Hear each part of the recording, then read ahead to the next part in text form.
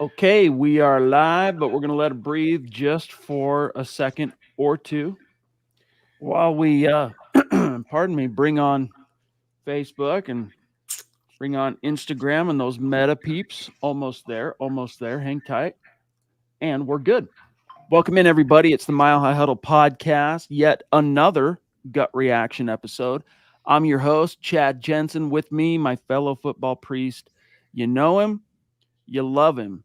In fact, he's been known as the fire breathing dragon, Zack Kelberman. And after today's news, Zack, the Denver Broncos, moving on from Tim Patrick, I wondered if perhaps the dragon has been awoken. I don't want to get too far ahead of ourselves here.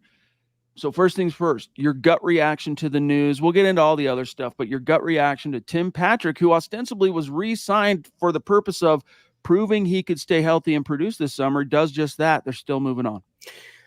I don't want to force it, Chad, and go on a rant when I really don't, believe it. It's not coming from a natural place. I understand to an extent the business side of why the Broncos moved on, but just like you, I thought that TP did enough to make the team.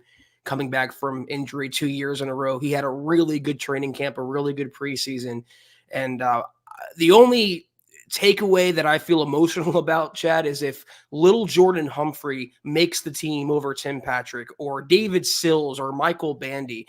I know the NFL, it's what have you done for me lately, but I feel lately Tim Patrick did enough to make the team. It's a big loss for the locker room. I get it. We've, on one hand, Zack, we've rebutted the notion that the Broncos have no receiver depth beyond Cortland Sutton.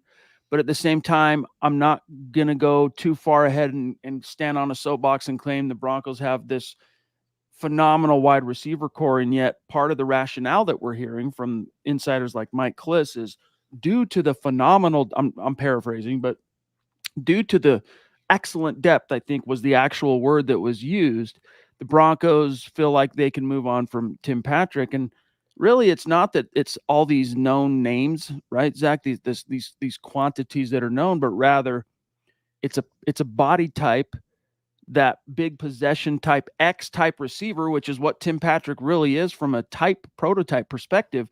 You have him up and down the roster today. We'll see how the cuts look tomorrow. But Zack, you have guys like Devon Vele, the rookie 7th rounder, emerging.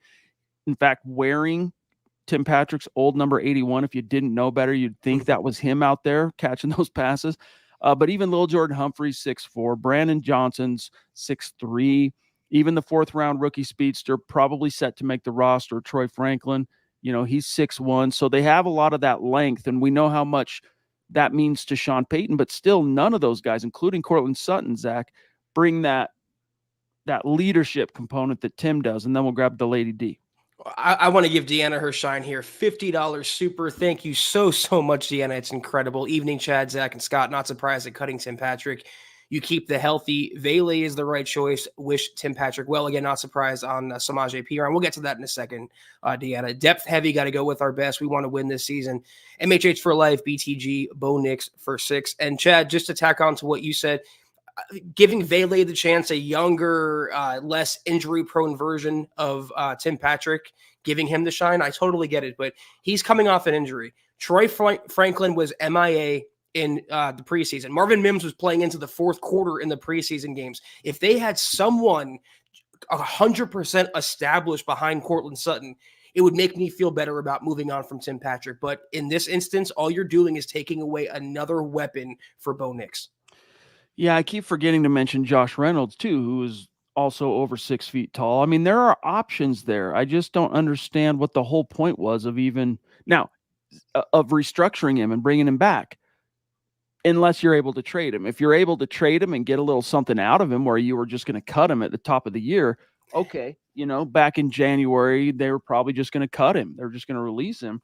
If that is able to be parlayed into some kind of a draft pick or something, then hey, kudos to the Broncos for finding a way to get that done, getting him healthy enough again to get out there and compete and create some value for himself. But I don't know, Zack, do you believe that there's this great market for Tim Patrick that we're being led to believe by insiders, both local and national? And Lady D, love you.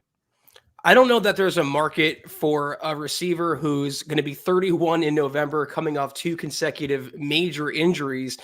And kind of like with Cortland Sutton that we talked about weeks ago, I would rather have Tim Patrick on the team than have a 6th round pick in return. Like, he just adds more to the offense and to the locker room. I'm not a fan of it, Chad. I mean, I don't want to make a mountain out of a molehill. It's not like he's this perennial Pro Bowler that's just had 2 years of bad luck, but he is a fan favorite for a reason. I want to say his career high, without looking it up right now, something like 700 or 800 receiving yards. Valuable. Again, fan favorite. We all have a little bit of a soft spot. And after seeing how well he produced in the preseason, it is a little bit unexpected. So unfortunate. Let's see what else we got. Drew, what's up, brother? Great to see you. One of our legendary Super Chat superstars dating back many, many moons. Says, man, the Patrick move hurts. I'm in agreement. He did enough to make the team. It should be Sutton, Reynolds, Mims, Franklin, Vele, and Johnson now, in my opinion, in terms of who's making this thing, Zach. And Johnson definitely made a late play for the roster, Zach, but I got to tell you, it might have been too little too late. Even Sean Payton yesterday at the podium was like, look, I'll paraphrase, and most of the decisions are made. Like, you don't just suddenly, with very few exceptions, win a roster spot by virtue of the last preseason game. Like, it's just one additional factor in a greater file, so to speak, on each player. And Johnson was a relative no-show all summer. And then he had himself a decent Sunday game against the Cardinals. Meanwhile, Zach, conspicuously, Lil Jordan Humphrey did not play yesterday. Like, he's being protected somehow, some way. Now, whether that's because he's a shoe-in for the roster, the Broncos are protecting him as if he's, starter caliber, or like shoe-in caliber, or they're protecting him because he's also a guy they're dangling out there, seeing if they can't get some trade action, and they don't want to risk him getting hurt. This is the only thing I really don't like about Sean Payton, is that he's too loyal to his guys. Lil Jordan Humphrey, for example, or Philip Dorsett, who just got cut today, Chad. He's been with the Broncos 2 years now. For what? I just don't see Michael Burton at fullback, for example. It's an archaic position, yet he's one of Sean Payton's guys. I would have liked to see you reward Quinn Miners, you talk up the other rookies on the team. Why not reward Tim Patrick with a spot on the 53? I just thought he did enough, Chad. And when I saw the Brandon Johnson touchdown yesterday, I thought to myself, great play by Brandon Johnson. I did not think it would lead to the demise of Tim Patrick, though. I don't think it did, dude. Like, honestly, and here's the problem too with moving on from Patrick is, like you just said, why does he stick so much? His loyalty, his stubbornness, and whatnot.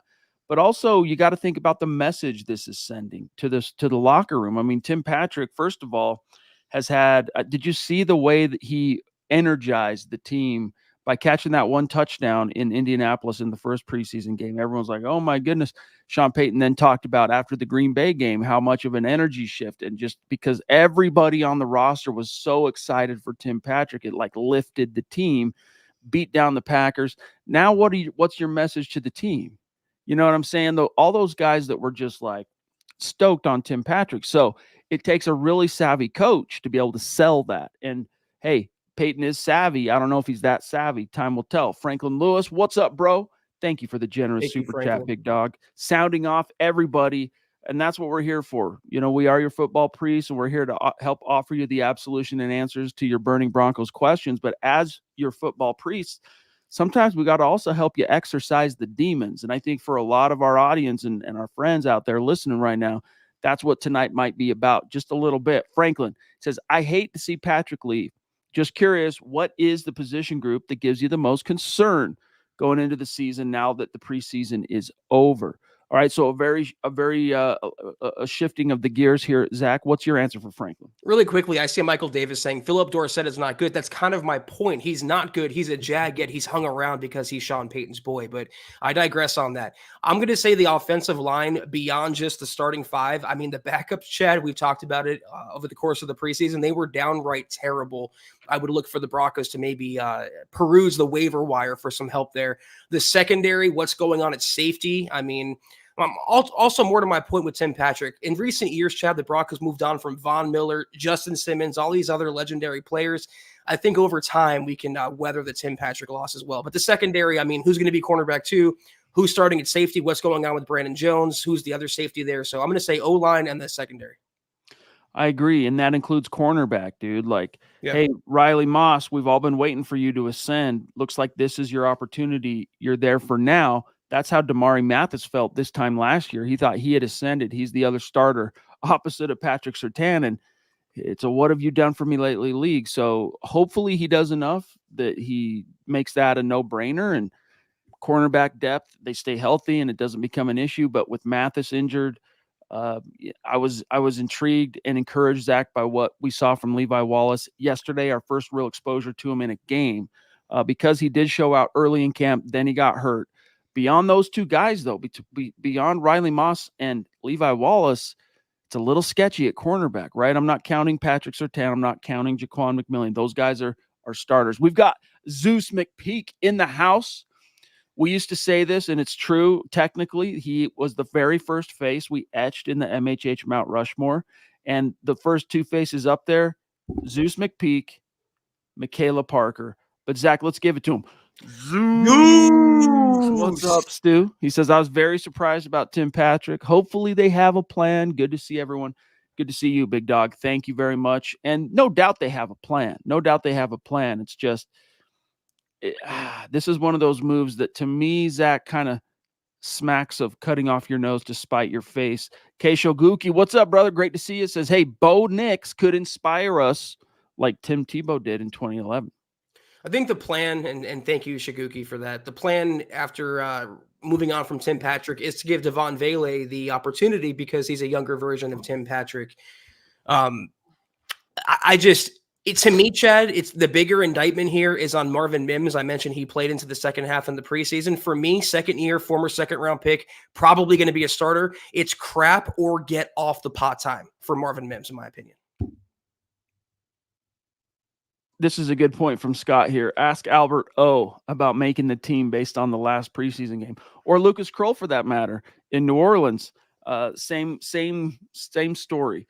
But yeah, Bo Nix. Hey, we'll see. Tim Tebow had a little something about him that transcended even the average starting quarterback, former first round pick. Everybody knows there's a reason why it was called Tebow Mania, right? You think back, Elvis Mania, Beatlemania, like these are things that reach a level of hype that defy the rational. I'm not sure Bo Nix is going to come close to scratching that particular surface, not because he's not a better quarterback. He probably is. In fact, he is a better quarterback than Tim Tebow, but there was just that hype factor with Timmy that even with Peyton Manning, Zach, I mean, the Broncos had a lot more media and a lot more kind of football credibility attached to the Peyton Manning era, but like arguably from a hype perspective, from a maniacal wave of media or fan scrutiny and energy, I should say, and that did translate to the media. Tim Tebow was an entity unto himself that year. But Phil, brother, down in Tucson, we love you. He says, good evening, Chad, Zach, and Deacon Scott. Any chance Timmy P could wind up on the practice squad? Buckham, MHH for life, Broncos for life. I mean, Zach, I think there's a chance, but he would be a vested veteran, so he would be released. He wouldn't have to pass through waivers. He could then, correct me if I'm wrong on this, guys, but as a veteran release, he might want to go. He can then negotiate with any team in the league, go find the best situation. I could promise you, even if there isn't a trade market, like I'm actually going to, despite reports, Zach, I am going to be surprised if the Broncos find a trade partner for Tim Patrick. Because as Scott mentions here in our private chat, if there was a market for Tim Patrick, he wouldn't have agreed to a pay cut. Okay. But nevertheless, let's say it doesn't materialize. I don't expect a trade to, but hopefully I'm wrong. I'd rather them trade him than get nothing out of it. But nevertheless, he's going to find something out there, Zach, that is worth more to him as a player than re-signing to a Broncos practice squad, make $100,000 for the year or whatever. Yeah, I was going to say, I mean, if he was going to end up on the practice squad, there wouldn't be trade conversations right now. If he ends up getting cut, he would be picked up by another team, probably a contending team where he can be a number 3, number 4 guy and go get a chance to chase a ring. And if that, what it comes to, or even in the trade, I hope Tim Patrick goes to a solid landing spot. Same with, Simmons before he signed with Atlanta. I want him to go experience some success because I feel like Timmy has earned that. All right, we've got the Ronk checking in. Michael Ronquillo, our Facebook MHH ambassador. Definitely. He's saying good evening, Chad and Zach on the MHH podcast. Bo time, Bo leave. God bless Bo Nix and go Broncos. Yeah, that's the thing is like a lot of positivity and excitement. Every team, Zach, has a disappointing cut or two each and every summer. I mean, for the most part, you can't really get around it. So hopefully that won't eat too much into the general wave and excitement, enthusiasm around Broncos country. But George Fox for Bo, we all know we'll have a lot of cuts and some we won't like. Some of them, as I am on Tim Patrick, but it's football. Exactly, dude. That's the thing is you're not going to agree with or understand perfectly, share a brain with the team on every single roster move it makes, Zach. But this one is particularly salty because he is a fan favorite, Tim Patrick. Everyone's kind of got a soft spot for him, not only because of his story in terms of undrafted guy, battles his way into a role on offense, battles his way into a starting job, gets a fat second contract from the Broncos, then calamity, like bona fide calamity strikes with the first injury. What was it, an ACL or was it Achilles ACL I think it was ACL Achilles, but still, and then just as he's back on his feet, the very next summer, an Achilles, but he doesn't give up. A lot of guys, Zach, would have given up the ghost there. They would have cashed in their chips. He made $20 million up to that point just on his second contract through 2 years. Adios, I'm out. No, he battled back. He stuck through. Not only did he battle back, Zach, but he stayed with the team, sitting in on wide receiver meetings during the season and being a sounding board and a resource to his teammates and coaches. Then he accepts a pay cut, sticks around. Everybody loves it, does well in the preseason, and this is what he gets for his troubles. It's a rough business, the NFL. Speaking of Broncos fan favorites, Taylor Christensen, $1.99 super. Thank you so much, Taylor. What's up with the Javonte Williams trade rumors? I hope he doesn't go. I personally have not heard a lot, Chad, about these so-called trade rumors, and this has been the speculation with Javonte the entire offseason. Oh, he's in danger. He's going to be cut. He's going to be traded. Meanwhile, he looked really good as the summer went on, and Sean Payton is hopeful that we're getting the pre-injury form of Pookie. So I don't see him being traded. Especially with Samaje being out the door. That's as good of a transition segue as we'll get. From Papa Bear here, though, first saying, good evening, Broncos country. Chad, Zach, Deacon Scott. What's with Stidham? 12-5. God bless USA. Buckham ×3. MHH for life. Broncos for life. Knicks for 6. Yeah, Zach. I mean, according to Coach Payton, it seems as if this wasn't something we knew whilst we were live yesterday for the gut reaction, because, of course, we go live as he's hitting the podium. So we learned of this after, but he basically all but guaranteed that they're keeping all three quarterbacks. And then you had the story today, Zach, Stidham on the record for the first time discussing his reaction to not being named starting quarterback. I'll let you break that down for David, and then we'll get to the Perine stuff. Yeah, his little soundbite went pretty viral on Broncos Twitter last night. But Jarrett Stidham was honest after the game. He said he was very disappointed that he wasn't named the starter, that Bo Nix was chosen. He thinks he's a starting quarterback in the NFL. He knows what type of person he is. And I saw you roll your eyes, Chad, and I feel the same way. At least I thought you did. Yada, yada, yada. What else is he going to say? But you would have liked him to take more of the Zach Wilson approach, which is exactly team first, and I support Bo. He did say he'll help Nix get ready for whatever it takes, but he's obviously still a little salty about not getting the QB1 job. And he's obviously a little bit delusional about his capabilities in the NFL. I mean, let's ask New England if he's a starting quarterback. Let's ask Vegas if he's a starting quarterback. And now Sean Payton. We can ask Sean Payton. Yeah. He's a jag, he's a dime a dozen, handy to have in a pinch if your starter goes down guy. High floor. We talked about it until we were blue in the face yesterday.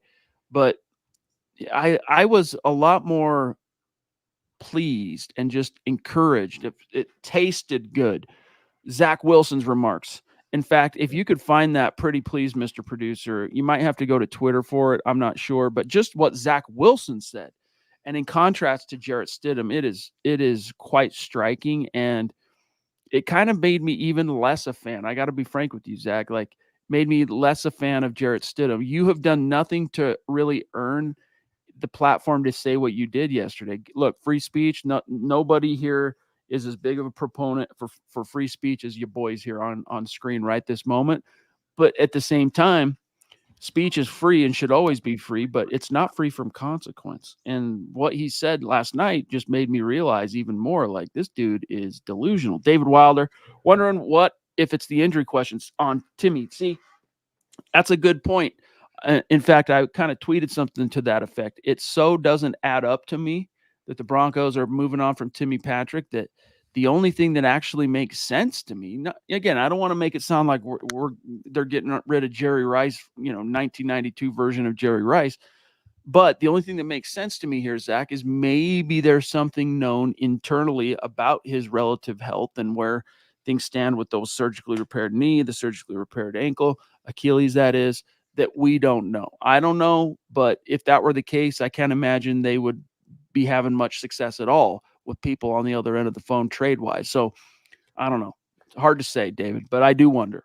It could be. I also read that the Broncos wanted someone with a little more prowess on special teams, so Devon Vele, fits that bill. And also, Sean Payton never had an investment in Tim Patrick. He inherited Tim Patrick, but he drafted Troy Franklin. He drafted Devon Vele. He brought in Lil Jordan Humphrey and all these other receivers. So I just think, again, it goes back to Sean Payton sticking with his guys.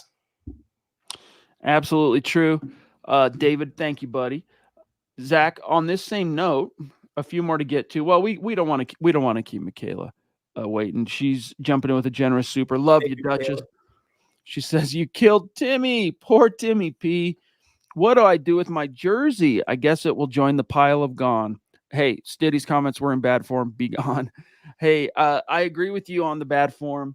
And look, I have a closet full of jerseys myself of no longer Broncos. In fact, every jersey I own, with the exception of this stack of Bo Nix that I bought for everybody else, not me, but the ones I own, not that I don't want one, I do want one. I'll probably end up keeping one of these, but the ones I have were for you guys, are all, players that are gone, from Cuddy to Wes Welker, Peyton, Jake Plummer, Elway. I mean, a couple of those names are like all-timers, sure, the type of jerseys that are kind of evergreen in that sense. But also, I wear my Jake Plummer with pride. I wear my Jay Cutler with pride. I really do. That's no lie. So, Michaela, just know that Timmy P, you could still wear that jersey with absolute and utter pride. Bled for your team, orange and blue, achieved and defied odds that not many. I mean, you talk about, Zach, what it takes, the statistical probabilities of even being able to make it to the NFL, let alone make it to the NFL as a player who never heard his name called in the draft. And then from there to earn a second contract. I mean, his achievements are significant. It sucks what happened with the injury bug, but I would still feel very good, Michaela, about your stash. Yeah, and really quickly, unlike if you wear a Drew Lock jersey, a Russell Wilson jersey, or like a Jay Cutler jersey like you were talking about, you're not going to get a smattering of boos from some people. If you go out in public wearing a Tim Patrick jersey, Michaela, you're going to get 100% cheers because he is that almost legendary status in Broncos country. Okay, Mr. Producer, though, let's illustrate what we've got here. So first, let's start with Stidham. Let's start with the Stidham if you have it. If you have Stidham, yeah, for sure. Stand by, getting there. Hang tight. Here we go. Yeah, I mean, first of all, obviously I was very disappointed. I know I'm a starting quarterback in this league. I have zero doubts about that. And, it just didn't shake out my way. But I know what kind of player I am, kind of person I am. And like I said earlier, I'll be ready to go if I need to be. And, like I said, I have no doubts that I'm a starting caliber quarterback in this league. Okay, let's juxtapose that with. I mean, I don't think it was a surprise too much, obviously. Yeah, I was excited for him. I mean, I don't think it was a surprise too much, obviously, right? I think he's had a great camp. I told him I'm excited for him for this opportunity. I really believe that they're putting him in a good situation. I think Sean has done a phenomenal job, and then the guys that we get to hang out with, starting with Davis and then Joe and Pete and then Johnny Moe, we have a great offensive staff. I think they do a great job. And then Bo has just continued to keep getting better, so I'm excited to see what he can do, and I think he's ready for it. To me, Zach, that strikes of genuineness. Like, that sounded like a dude, you could have asked him at any point. That's the same answer you would have got. Whereas with Stidham, it came off as very first of all, delusional, as I mentioned earlier, but also like almost kind of, very, very egotistical, but without a reason to be egotistical. Like, what are you talking about, dude? You of the 4 starts, right? Like, anyway, but your thoughts? I was going to say self-centered, and I don't think that's too much of a leap. What I heard there in Stidham's remarks were a lot of I's and me's. Yeah. It's not the Denver Stidhams. It's the Denver Broncos. It's about Bo Nix. It's not about you. Obviously, like you said, Chad, the NFL doesn't agree that he's a starting quarterback in the NFL. And to come off that salty and, for a lack of a better word, butthurt, not a good look. We got Troy in the house, otherwise known on the interwebs as Eclipse Stormborn. Love you, big dog. One of the OGs from the MHH UN. We're talking rewinding the clock all the way back to 2019. He says, happy Monday, Priest and Broncos family. If we're keeping a fullback regardless, who and how many RBs are on the roster? Peace and love from Philly. Broncos for life, MHH UN. Really good question. So it's going to be, of course, Michael Burton will be sticking around. Even though I was mostly impressed with the Nate Adkins fullback reps that I saw in the preseason, for what it's worth. But Zach, who do you got the Broncos keeping at running back? Obviously, I think Javonte Williams is safe. Jaleel McLaughlin is safe, and Audric Estime is safe being a rookie. If they keep one more and go to 4 running backs and a fullback, I could see you're a fan of Tyler Beatty. I'm a fan of Blake Watson. One of the two, I think, would make it, but they could go with 3 and keep an extra fullback or a fullback in Michael Burton. Yeah, I think Javonte, Jaleel are absolute, and Audric are absolute locks. So there's your 3. You factor in Burton, there's your 4 running backs. I think they'll keep one more. Actually, no, I don't. Perine's going to be gone. I think it's 3 in the fullback, and then they'll try to keep Beatty around. They'll try to keep Watson on the practice squad. Probably one of those guys gets claimed. One of those 2, I bet, gets claimed. Eric Flynn, brother, I was just checking on your jersey. You'll have it Thursday. I think you saw the email that I sent you today, buddy. Appreciate the stars and support, big dog. Cody Dub jumping in. We need a true wide receiver 1. I know we have Cortland Sutton, but how many names in the NFL are in front of him? I'd love to find someone that could take the top off a defense. Zach, the Broncos have a few budding possibilities relative to growing into a wide receiver 1 status. I mean, this is the most quarterback-dependent position in the league, and the Broncos have been dang short of quality quarterbacks since Peyton Manning hung up his cleats. So if Bo Nix, Zach, ends up being the guy we all think he is, that creates an environment for true wide receiver 1 to rise. All right, it creates the potential, and it creates the room for a Marvin Mims. Can you grow into a guy that truly takes the top off the D that the opponent has to respect game in, game out? Troy Franklin, maybe not this year, but eventually. Devon Vele. These are guys that are untested, unknown quantities, relatively speaking, including, I say that only because of Mims. But a quarterback raises those ships. It's the tide. And I can't wait to see how high that tide can rise this year. Yeah, Cody, I agree that Sutton's not a true, no doubt elite wide receiver 1, but you do have a couple players on the team that could take the top off of defense. Marvin Mims, Troy Franklin, Jalen Virgil, if he's kept around. They have some speedy guys, and that's why I mentioned earlier it's crap or get off the pot time for Marvin Mims. He really has to step up. But what you said, Chad, is also true. If you have an elite quarterback, or at least a franchise quarterback, he can make everyone else better. He can make a mediocre receiver into a good receiver into a great receiver, a bad receiver into a mediocre receiver, etc. And look what the Chiefs did last season. They won the Super Bowl with a collection of number 2s. They didn't have a bona fide number 1. Rashee Rice was the closest. Not saying, once again, that Nix is going to be Patrick Mahomes, but if you have that level of quarterback play, you don't need a CeeDee Lamb. You don't need a Jefferson. You can get by. Agreed. Cody Dub, great to see you tonight, big dog. Thank you very much for the super chat. Zach, we also have here Sebastian on Facebook says, I wear all my jerseys, no matter what name's on the back, because at the end of the day, it's still Broncos jersey. It's an excellent point, Sebastian. Thank you for checking in. Thank you for the support. And also, even if that player is no longer a Bronco, they once were a Bronco. They contributed to Bronco canon. And for that, speaking for myself as a fan, I mean, as you can tell, I am still very much a fan. Okay. I'm always grateful for those contributions. Heck, even Wes Welker, I had that dude's jersey, Zach, not because I was like this huge Welker fan. It was one of those situations, thinking back on it, where kind of just the stars aligned. I was able to get a good deal on it. So I'm like, Bronco Welker jersey for that. Okay. So I buy it, but really he had a 2-year stop in Denver. Obviously part of the greatest offense in the history of the NFL, 2013 Broncos. That was really cool. But interesting factoid, the very first MHH article ever published was a Wes Welker concussion article back in 2014.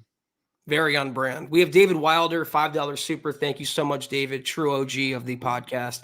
I now like Zach Wilson more and Jarrett Stidham less. I wouldn't have said that a few weeks ago. I agree with that. I mean, speaking for myself, I was someone that was heavily critical of Zach Wilson and heavily supportive of Jarrett Stidham. But Zach has kind of won me over in recent weeks with his play, his attitude, his team first mentality. You can tell he was humbled by the turnout in New York, and he just wants to be the best quarterback he can be in Denver. And the last message that we showed about the jerseys, it being about the name on the back of it, Jarrett Stidham should get that message, because it's not about him. It's about the team and the team's success. And if Bo Nix could give the team the most success, he has to be behind that and not feel so disappointed.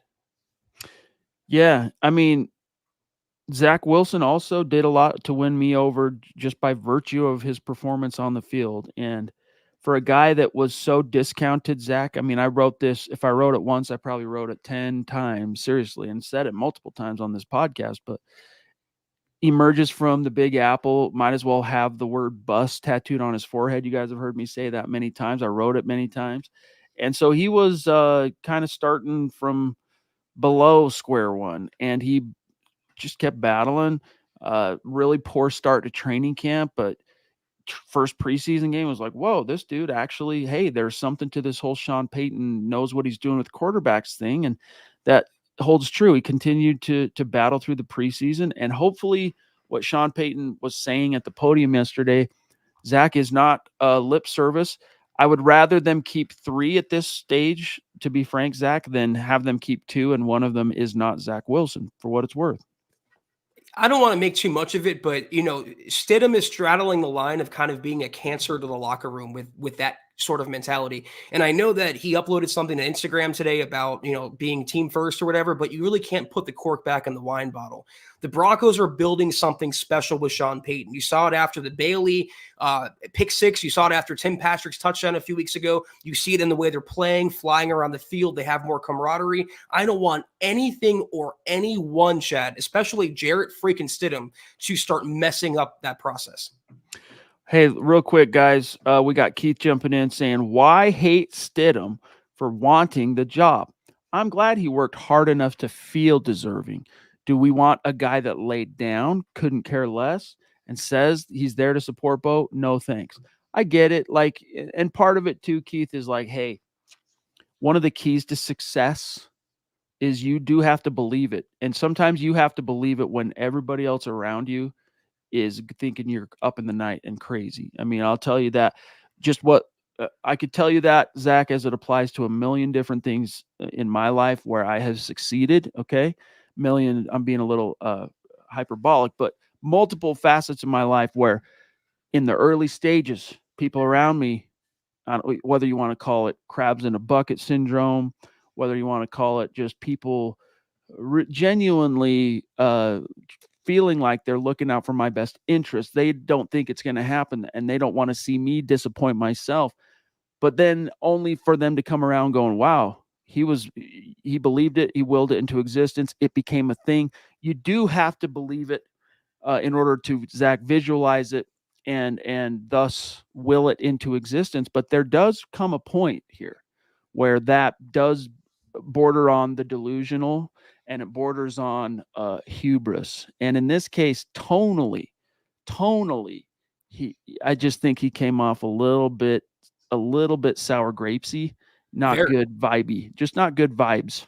Very sour grapes. And where wasn't the same comment from Zach Wilson? How come he handled it better despite playing better than Jarrett Stidham? It'd be one thing if Stidham played, exceedingly well in the preseason, and then, he said, I should have won the starting job or this and that, but it was 6 yards in a cloud of dust with every pass that Stidham took. There was nothing inspiring about his play. There was with Bo Nix, and there was with Zach Wilson. So what's the common denominator here, Chad? It's not the Broncos offense, it's Jarrett Stidham.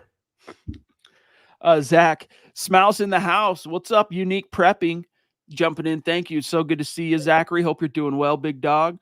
I know your channel, from what you do to keep me updated on this, is doing really well. I keep an eye on it as well myself. He says, just because I want to show love. Well, thank you, bro. We feel the love. Really appreciate you. He says, hashtag let's go, Bo. By the way, I'm 2 years into my channel and now almost 1.6 K subscribers. Just need 1,500 more hours for monetization. Yeah. That's one of the things that's kind of sketch, not to get too far into how the YouTube sausage gets made. But when our channel very first got monetized, early 2019, like January, February 2019-ish, I remember getting the notification, hey, looks like you qualify for the partner program. Click here to apply. And I'm like, oh, I guess I might as well do that. So I applied. All it required was that you had 2,000 subscribers. There were no other caveats. Now they require 2,000 subscribers and a couple other little qualifiers like this, like a specific number of watch hours over the last 28 days, et cetera, et cetera. So they make it a little bit harder to get in. But if you're grinding and you're working hard and you're producing that content, Zach, as you know, it's only a matter of time. Yeah, Zachary, keep going. We're here to support you with anything we can do. We appreciate all your contributions. And again, let us know if we can help out in any way. We know it's a grind for sure. Okay, really quick here, guys, by way of some news. Wilder JS didn't prove it on the field, in my opinion. No, he didn't. Go on, Jarrett. He's talking Jarrett Stidham, and then I'm gonna segue. Yeah, I mean, really quickly, it's the same point that I was making. It's one thing if he just was dynamite in the preseason, if he looked even just like Bo Nix looked, and Bo Nix is a rookie, but he didn't. Everything was uninspiring. I know the series against the Colts was not his fault with the pick, but just when he's on the field, Chad, it's those old feelings of here we go again, or just the old the pessimism that you feel when watching the Broncos offense, like you have no confidence in them that they're going to score. I didn't feel that way watching them with Bo Nix. I didn't feel that way watching them with Zach Wilson. Hey, real quick, guys, before we get further into talking about the other names that the Broncos waived or released today, which is a considerable list, I got to ask you if you would like an extra $500. If so, I'm about to drop a link in the chat, and you can find it in the description of this video after. But go to BlueWirePods.com/survey. and complete the BlueWire audience survey that's about our podcast, how you listen, etc., for a chance to win a $500 gift card. And it also helps create a better advertising experience for all of our audiences, and including all the different BlueWire podcast shows out there. So BlueWirePods.com/survey. All you got to do is answer a few simple questions for a chance to win $500, and I'll drop it in the chat for everybody, the link. And then if you're listening after the fact, check the description. You'll see the link there for your chance to win $500 by filling out a survey. All right, Zach, and it's a brief one at that. By the way, guys. So here's who else. So by the way, Tim Patrick and Samaje Perine, they haven't been moved on from yet. All right, they're still Broncos, but the following list of names cannot say the same. The Broncos on Monday waived safety Omar Brown, cornerback Art Green, defensive back Caleb Hayes, interior offensive lineman Oliver Jervis, inside linebacker Alec Mock, defensive lineman Angelo Blackson. We mentioned earlier wide receiver Philip Dorsett, a former first-round pick back in the day, and also off-ball linebacker Andre Smith.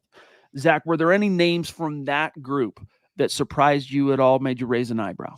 Now, also Trenton Gill, the punter, expects to be waived probably tomorrow. So that's another name to add to the the chopping list. No, I maybe Omar Brown at safety. I thought he had a good preseason, but you had Keydron Smith, Devon Key, you have PJ Locke, and a couple JL Skinner, some younger players there. Not too many surprises today, Chad, except for Tim Patrick. Yeah. I got to tell you, though, I just still kind of feel bad for Alec Mock, you know, Yeah, like he's living that yo-yo life. Unfortunately, man, the Broncos love him, then they don't, and they love him, then they don't. Arlie Tucker, what's up? What's up, dude? Thank you for the very generous stars you're throwing down. He says, does Arlie been listening for a while, excited for the season, and wanted to throw my support? Hey, thank you, big dog. Basically, the only Broncos cast that's worth listening to. Aw, thank you again. Broncos for Breakfast is great too. You guys are the best. Go Broncos. Hashtag state of being. Indeed. And Broncos for Breakfast is great. And I remember when Scott first approached me with Nick about the idea of doing the morning show, I was like, oh, I don't know, I don't know. And they're like, well, let's give it a shot. And it turned out to be really, really great. It's definitely, in terms of like downloads and viewership, it's definitely the number 2 show on the MHH network. So they've done a good job building that out. But thank you, Arlie. Yeah, thank you so much, Arlie. And now that you're here and listening live, drop us a question if you have one. We'll circle back and get to it. But I love seeing it, dude. Broncos country is not a geographic location. It is a state of being, my friends. It's wherever you are. So thank you for being with us tonight, Arlie, and for the support. It does mean a lot. Zach, okay, a few other things. I mean, we've got to most of the news that's crucial, but did it come as a surprise? You just mentioned Gil getting expected to be cut. He hasn't been. These are all names. The ones I just read, those are all names the Broncos have confirmed are waived or released. All right. So Gil probably going to come in the official wave tomorrow. But did it surprise you at all that Riley Dixon came out on top in that? It did. And maybe it's my bias. I'm not the biggest Riley Dixon fan. I think they could upgrade their bigly, Chad. But Trenton Gill led the NFL with a net average of 48.6 yards per punt in the preseason. That's the type of field flipping ability that you want from your punter. That's the type of ability that I don't think Riley Dixon possesses. But again, it's an old boys kind of league, and I feel like Sean Payton just has a little more investment to Riley Dixon for whatever reason than Trenton Gill. Shout out, Big Earn. The Ronk bringing up a nice piece of news. CeeDee Lamb, he of that 2020 wide receiver class, has signed a new contract extension, 4 years worth $136 million. I remember Peyton Manning. You get Peyton Manning to Denver, and you're you-know-what puckers when you hear 5 years, $96 million. 2012, of course. We're talking more than a decade in the rear view. But these wide receivers now, Zach, are earning elite quarterback money from just a decade ago. But he goes on to say, does he deserve that contract? What do you think, Zach? I think he's now the second highest paid non-quarterback of all time. He's a tremendous, tremendous receiver. I guess market value-wise, he's earned that deal, all-pro, just amazing talent to watch. But if I'm the Cowboys, I'm thinking I still have to pay the quarterback there, Dak Prescott. I have to pay my superstar edge rusher, Micah Parsons. Not an enviable spot for Jerry Jones, but, you had to lock down your talent in CeeDee Lamb. Let's grab a comment that is not a super chat or stars. Miranda PL on YouTube saying, hey, it was reported that Timmy P has lost a step and Devon Vele is his official replacement. Patrick did make $31 million while hurt. Gonna miss him, but let's turn the page. Not quite that much. He made about 2/3 of that. And then that last year of his contract where he was set to earn the remaining $10 million or so is what they did renegotiate. But still, you go, the fan and you goes, he earned $20 million for nothing. He didn't contribute at all. And in one sense, that's true in terms of on-field production, no doubt about it. But he also suffered through immense bodily harm and damage and all that stuff. And look, he didn't just, like a lot of players, when they get hurt, including the top shelf guys, they get hurt, Zach, and they basically just have to focus on themselves. They kind of turn away from the team. Not to say that they're not working with team recovery staff and rehab, medical staff and all that, sure. but like they're not involved with whatever's happening on the field. And Tim still found a way to stay engaged, and that's one of the reasons why he's so beloved in the locker room. And then that, of course, transcends, trickles out of the locker room to the fan base. It's one of the reasons why he is so loved. But yeah, I'm going to miss him too. And whether we want to or not, looks like we're having to turn the page on Timmy Patrick. Yeah, it's a business, the NFL, and I mentioned before the Broncos have parted with tremendous talent in recent years. Von Miller, Simmons, I mean, down the list. I just find it funny the juxtaposition, Chad, of when the Broncos traded Jerry Jeudy and now when the Broncos are moving on from Tim Patrick. It's a big difference in reaction from Broncos country. Andrew Lampy, what's up, dude? On Facebook, jumping in with some support, saying, "What's up, all? Good to see everyone and be back." Yeah, I'm glad to have you back, dude. Stoked to see you. The season, you know, we'll have today, we'll have tomorrow. Then Zach, we kind of have 2 weeks of hurry up and wait as we get ready for the season opener, but it'll be here fast. It'll happen. We got a holiday weekend in between, so it should pass quite quickly. It's great to see you, Andrew. Speaking of great to see, we got the GLP in the house. Gary Palmer with a generous super chat, one of our Mount Rushmore superstars, saying, "Hi, guys. Do you think the path is a younger trend? Go Broncos and Bo leave." Meaning, so, you know, we've heard much, Zach, made about the Broncos kind of youth movement. Do you see that as a bona fide trend and a real thread that ties this whole thing together? Yeah, it's a young man's business, and Sean Payton's the type of old school coach where he likes to have the veteran foundation around him, a la Michael Burton, for example. But you always want to get younger, cheaper, faster, more explosive anywhere you can. The Broncos did that with Bo Nix. They're doing it now at receiver with, you know, cutting Tim Patrick, going to Devon Vele. It's always the way to go, younger in the NFL.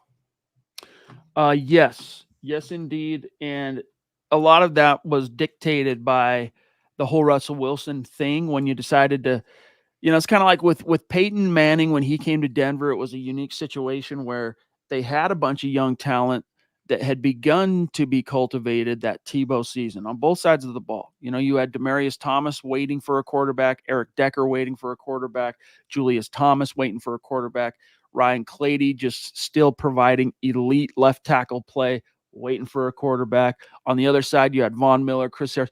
You had this young talent, and then over time, as Peyton Manning helped develop those guys, and the Broncos became a bona fide contender year in, year out, like automatic contender, it starts tracking toward the veterans. You start paying guys here and there to make sure you can capitalize on this window. That's sort of what the mentality was, Zach, for a couple of years there with Russ, but now not only is it a philosophical shift that is, I think, serendipitous and kind of organic, but they also don't have much of a choice. When you're dealing with $85 million in dead money that you have to eat just over the next 2 years, yeah, you're going to get young on the roster. And that's why they didn't look so cohesive the last couple seasons, because they had a mishmash of old and young, and they had a very older, expensive quarterback and then had younger receivers he was throwing to. It just didn't make a lot of sense. But now everyone's on the same page. It's all coming together, and they got younger and better at the most important position, quarterback, and it's kind of trickling down from there to other positions. Duchess jumping in again. Love you, Michaela. She says, "I heard Jerry Jeudy was arrested. Good riddance, in my opinion. I really like this team. It has heart." I agree. And Bo Nix, again, tide that raises all ships. But have you heard this about Jerry Jeudy, Zach? Nope. That would be Cleveland's problem, Michaela, but I have not heard him had trouble with the law again. Let me do just a quick search. We would have heard about that, I feel like. Yeah, I'm not. Just double checking. I'm not seeing anything on that front for what it's worth, Michaela. Jerry Jeudy, to my knowledge, has not been recently arrested, although he has been arrested before as a pro. We all know that story. Phil, thank you for taking action on the survey. Much obliged. I know the Blue Wire peeps very much appreciate that. And we are a Blue Wire podcast after all. So thank you, Phil. Whoops. Go ahead, Mr. Producer. Chandler. Howard jumping in on Super Chat. Welcome. Thank you. Newer name. So welcome to the manger, my friend. We're stoked to have you. Says, "Hey, guys, Haven't donated in a minute, but I'm flying in from Kentucky to watch the Steelers game. Going to be my first NFL game. Super excited. First NFL game for Chandler here. And it just so happens to coincide with the MHH meet and greet that remains undefeated. Undefeated. Also happens to coincide, Chandler, and I'm sure this wasn't a coincidence, technically speaking, with Russell Wilson returning to the Mile High City. A little bit of a revenge game. Sean Payton, Bo Nix. Really cool, Chandler. Make sure you come say hi to us. We're going to be there all day till kickoff. So when it gets a little closer, we'll be releasing the details, how to find us and all that stuff. But pretty easy. It'll be pretty easy for us, for you to find us. It might also be the return of Tim Patrick. What I just read was the former Broncos receivers coach, Zach Azzani, now has that title in Pittsburgh. So they're always looking for receiver help. They didn't get Brandon Ayuk. That'd be some sort of storyline if it's Russell Wilson throwing to Tim Patrick against the Broncos in week 2. But Chandler, come check us out at the meet and greet. Dude, it's so funny. Breaking the law. Dude, we're showing our age here because, you know, every once in a while, like, make a joke and call one of my kids like a fart knocker or something, just joking around, you know, and they'll be like, what does that mean? And it's like, come on, Beavis and Butthead. And they don't know Beavis and Butthead, and that's okay.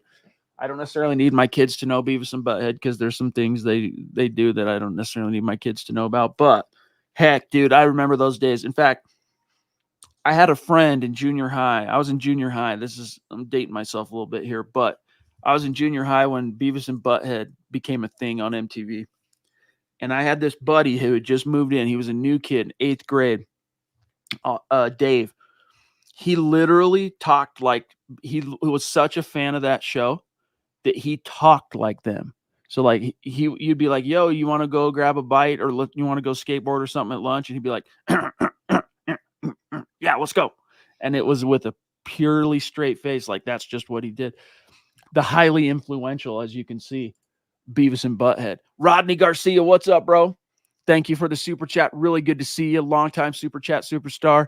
Says, evening, Chad, Zach, and Scott. Really excited for Bo to light it up week 1. Go Broncos. Zach Wilson, in my opinion, deserves to be QB2. Really cool. Thank you, buddy. Great to see you. And I, too, am excited for Bo Nix to do his thing. And also, Zach, you know, the last time he was in the Pacific Northwest, things didn't turn out so well for Bo Nix, with Michael Penix Jr. coming out on top for the Pac-12 championship game. So this is his chance to kind of somewhat balance those scales, opening up on the road, Seattle Seahawks week 1. He better, man. The Seahawks trolls are out for me again, Chad, and I can't stand losing to him for, twice in 3 years. So Bo needs to step it up. I do want to clarify in the comments. I see Dennis Woods is talking about Judy criminal tampering, whatever. That was from 2022. That was from the original arrest. As far as I know, he hasn't been arrested again. If you guys have something new on that, drop it in the chat, and we'll keep an eye out for it. I wonder why it's coming back to the surface, Zach, if it's from 2022. Really weird. Really weird. Hey, as Todd is pointing out here, just on YouTube alone, we've got over 300 real-time viewers. Thanks to each and every one of you. If you can hear my voice right now, we appreciate you being with us. Just take one little minor little piece of action and hit like. Just take action just a little bit. Hit the like button. Especially crucial for us on YouTube and Facebook. Okay, where are we at? We're at 53 minutes. What, dude? That's the first time I looked at the clock, and I'm going, whoa, bro, time, it doth fly. Well, yeah, Randy, that was the Judas Priest song. Yeah, dude. Oh, of course. You're saying you used to play that song. Or are you saying Judas Priest used to play that song? But yeah, Judas Priest, breaking the law. Definitely. All good, Duchess. All good. We'll see if there's maybe something there. We'll see if there's anything to it, but it doesn't sound like it. Okay. Yeah, we did cover Perine, Todd. So in case you guys missed it and you're joining us a little bit late here, Samaje Perine, similar to Tim Patrick, they're moving on from him. They're going to try and trade him if they can first, Zach. If not, he will be released. Do you expect the Broncos to find a taker for Perine? Maybe he might go back to Cincinnati. I saw that was one landing spot. You know, he has utility as a pass catching back. He's good in pass pro. He can run the ball. He averaged 4.5 yards a carry in 2023. I didn't realize that until I wrote up the story. So he's still a decent player. One thing we didn't mention, though, is the Broncos would clear $3 million against the salary cap by trading or cutting Samaje Perine with $1.5 million in dead money left behind. Yeah. So I don't know.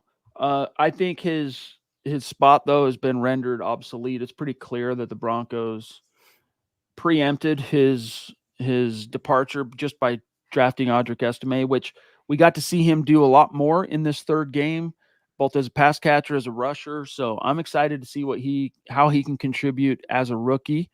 And also Jalil, he spent a lot of time in between seasons working on his receiving game.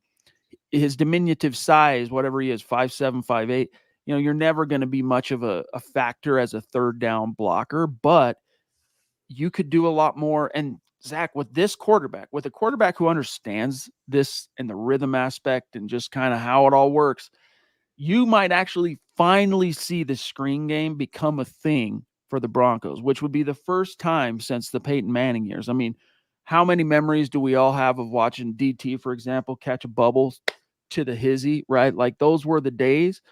And it just takes a quarterback who has the command and understanding and kind of flow to make that organic so it's not obvious to linebackers. And the early returns, Zach, on the preseason show, to me, Bo Nix is that guy. Yeah, I mean, you know who else was diminutive as a running back? Darren Sproles, and he played pretty damn good for Sean Payton in New Orleans. So it's an offensive weapon type player. Added to it with the bruisers you have in Javonte and Audric Estime. There's more talent and more ability on this offense than many people are giving them credit for, Chad. Totally agreed. And I think people 4 months from now are going to be singing a much different tune on the Broncos offensive talent, just generally speaking. But guys, great show tonight from the Ronk here. Bo time, Bo leave. God bless Bo Nix and the Broncos. Thank you, my dog. We've got a couple of messages for you. This is your last ditch effort message. If you want a question, a super chat, get it in right now. A couple messages though, then we got to dip. Another tremendous episode, as always, of the Mile High Huddle podcast. If you're not doing so, please follow us on Twitter at the MHH Pod. You can follow the main account on Twitter at Mile High Huddle, Chad at Chad and Jensen. I'm at Kelberman NFL, and Scott, our producer, at Scout Kennedy. If you guys want some merch like we're rocking each and every single podcast, check out mhhmerch.com and get yours now. If you haven't done so yet, please drop us a like at facebook.com/Mile High Huddle Pod. You can find us on Instagram at mile_high_huddle. If you're listening on Apple Podcasts or Spotify, make sure you're leaving your football priest a 5-star review for a chance to win some of that merch each and every single month. But if anything, y'all, please subscribe, like, and share this video and every video you see on the MHH channel. It really helps us grow and reach more Broncos fans just like you. A mile-high salute to the great Super Chat superstars and supporters helping us keep the lights on tonight on a busy news night. Lots to get into, and you guys kept us a-flowing, so thank you so much. Love you. The Lady D starting things off from the top rope. Love you so much. Thank you, Deanna. The Duchess, as always, the ladies of MHH often leading the way. Love you, Michaela. Drew, great to see you tonight. Franklin, Keisha Gookie, Tucson Phil in the house. George Fox, not to be confused with anybody. Zeus McPeak. Taylor, the Ronk, the Papa Bear, David McElrath. Troy, a.k.a. Eclipse Stormborn, Eric Flynn, Cody Dubb, Sebastian on Facebook, David Wilder, Smouse in the House, Unique Prepping, Keith Brugman. Let's see.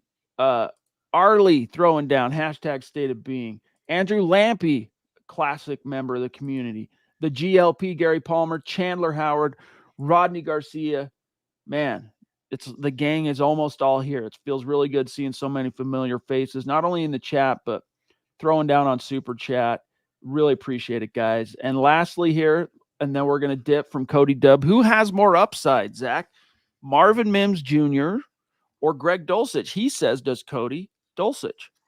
I'm going to disagree. I'm going to say Marvin Mims. Dulcich's upside, and this is my opinion, in this offense is like an 800-yard, 6-touchdown guy. Marvin Mims' upside in this offense is something like Devontae Smith out there in Philadelphia, which is 1,200 yards, anywhere from 8 to 10 touchdowns. He's a real game-breaking threat when it all comes together. It might be unpopular opinion, but I do think Mims has more upside. Dude, Mims, I got to remind everybody real fast, before he crapped the bed against the Jets last year with those 2 fumbles he was involved in, he was on pace. He was averaging over 100 yards receiving per game. Well, no, that's not correct. He was on pace for well over 1,000-yard receiving season as a rookie. Then Sean Payton put him in the doghouse. Yeah. I think he is a very unique, not to say that Dulcich isn't unique, but a very unique, elite, explosive, twitched up, whack job, just crazy, amazing athlete.